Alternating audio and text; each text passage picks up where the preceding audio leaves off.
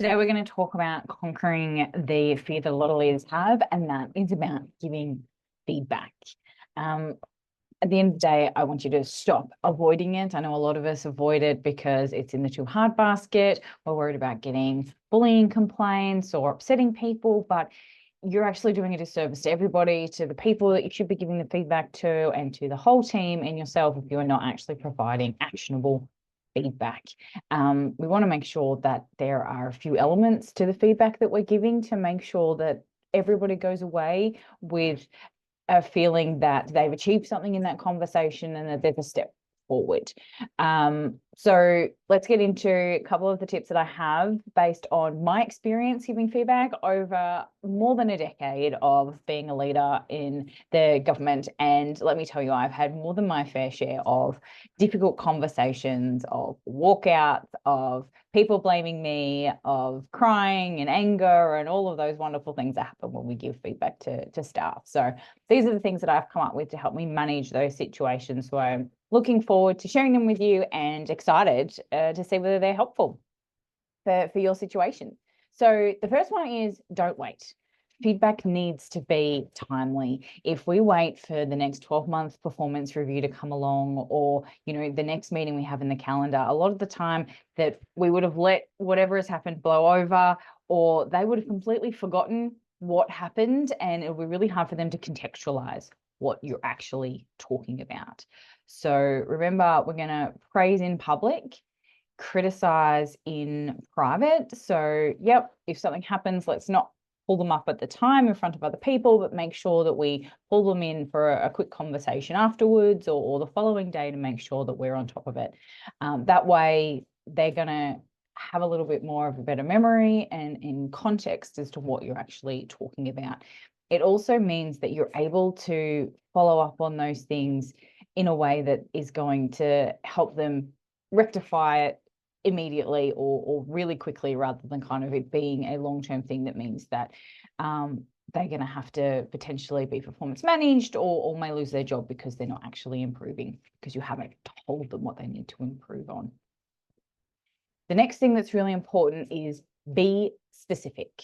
So, a lot of the time we come out of conversations and one person will be like, yes, I really think I got through to them. The other person will just be like, I have no idea what they were talking about. This has happened to me on a number of occasions when people have given me feedback. Remember, Brene Brown talks about being clear is kind and being unclear is unkind. If we kind of just beat around the bush and go, oh, just if you could improve a few things, that would be great. Or if we go, this is terrible, just go fix it. You're not actually giving people a clear way to improve. So make sure you can be as specific and clear as possible. If we're going to just kind of tell everyone, oh yeah, it was all great, like, there's a few areas, but it was fine. Kim Scott talks about that as being ruinous empathy in her book, Radical Candor. And this actually leads to people being ignorant of their development areas, or of how they're being perceived by you, by their other supervisors, by the team, etc. And it can lead to again, performance management, potentially people losing their jobs because you are not being clear on what you need from them to be able to improve. The next one, depending on the situation, is ask for their opinion. Use coaching questions rather than saying, this is what I observed, or this is what I need from you. Ask them, how do you feel that you went? Or what areas do you see that you could improve for next time? And allow them to start thinking through self-reflection of what could be done better, differently. And that way, it's a joint conversation that you're guiding them through their own kind of understanding of where their development areas are, instead of you telling them or you directing them that they need to get better at a certain skill. This really helps to bring them along on that journey and make them feel comfortable that you are being supportive and that they are able to kind of understand better where their skill set lies from a strengths point of view, but then also from a weaknesses point of view. And it actually will build your relationship and make it stronger, because by bringing them on that journey and asking them those coaching questions and just guiding them to their own understanding means that you're not the boss. It's not your opinion. It's their opinion and their ability they own the opportunity to develop further. It's a really hard thing, but we need to find the positive. You know, we talk about the feedback sandwich of a positive, a negative, and a positive. But a lot of the time we struggle. If we've ever done one of those surveys that says, what's one thing we're doing well or one thing we're not doing so well, we can always list 5 things at least of what's not going so well, but we really struggle to talk about that, what is going well.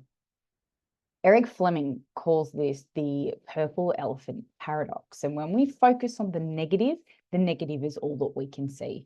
So he talks about this in the context of a range of different relationships that we have in our life.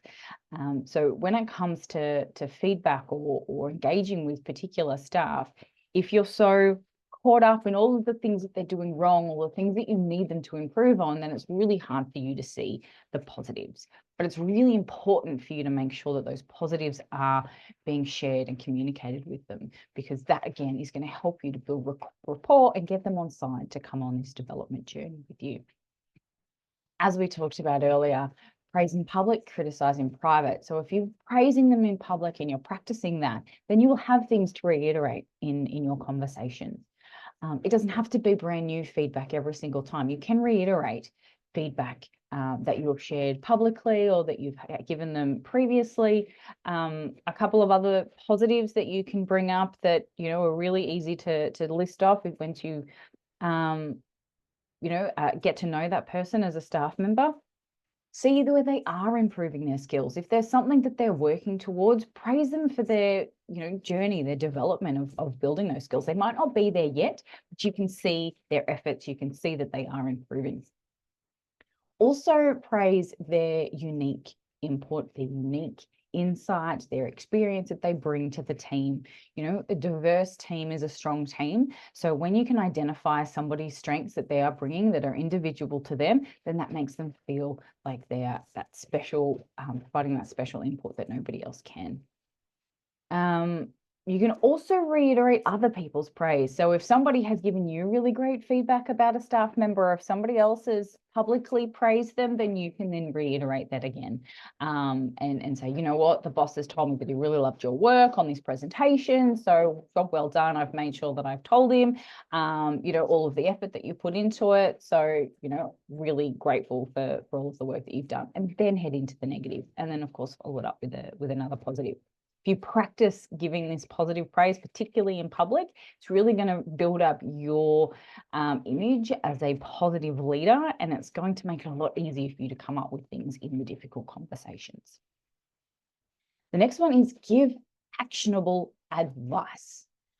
A lot of people, both men and women, fall into the trap of not being able to give women actionable advice in particular.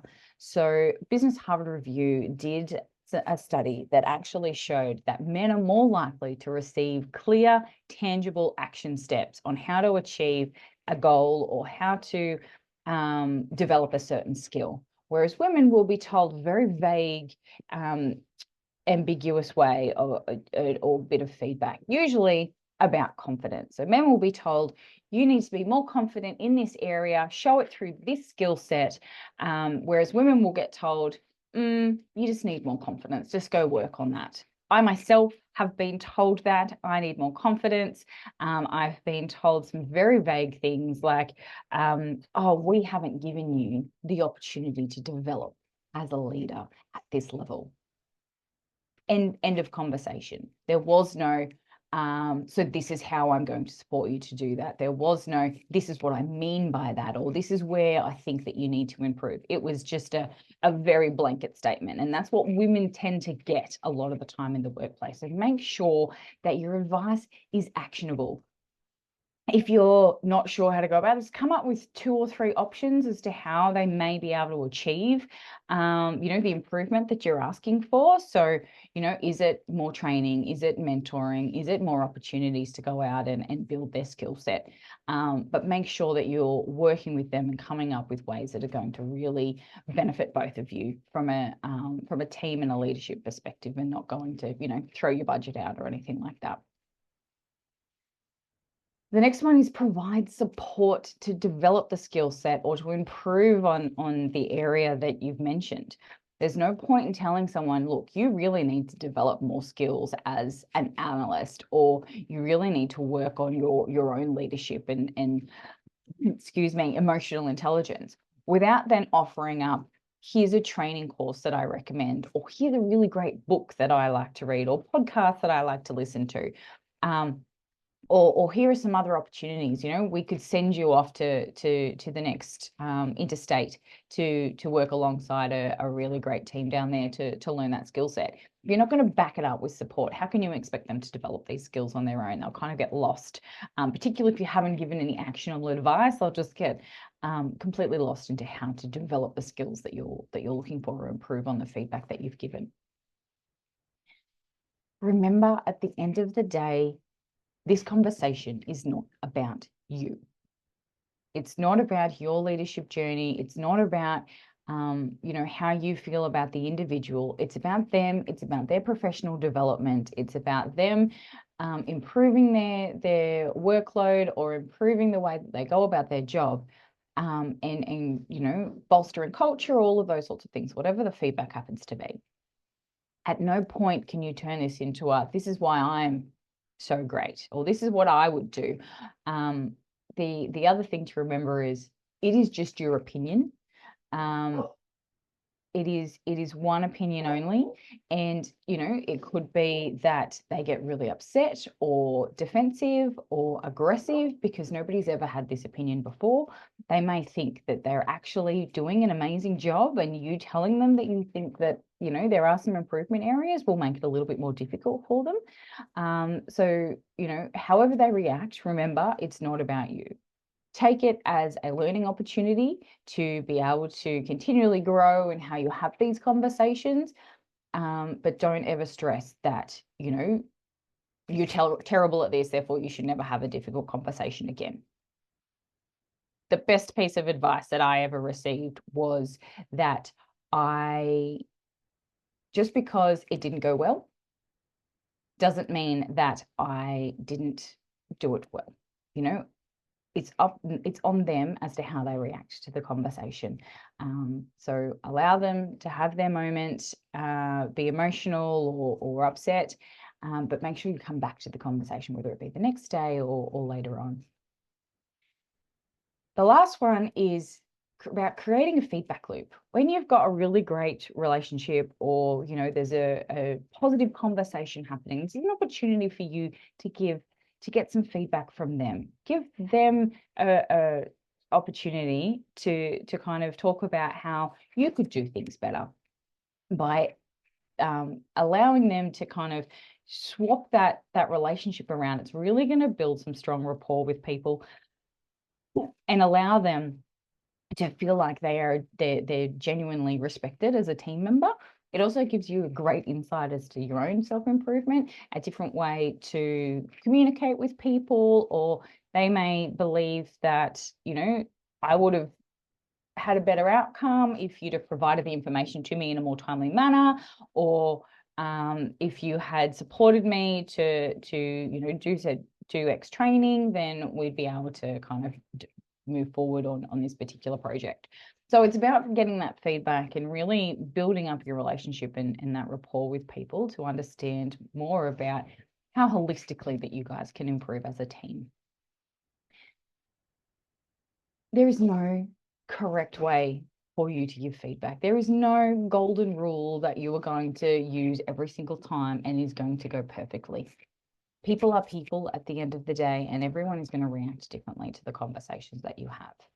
Learn from every conversation, And don't get discouraged. No matter what happens, you need to continue having those conversations with people. It's all a learning curve. You are going to chop and change the way that you have conversations with people based on their personality, based on their experience, based on your relationship and rapport with them. But at the end of the day, feedback is really important. It's really important for staff to feel like they are being engaged, that they are respected, to be able to achieve outcomes. And it's really important for you to make sure that you are providing that guidance and direction as a leader. Now, if you're keen to know more, subscribe to Peak Women or read the article on our website at peakwomen.com.au.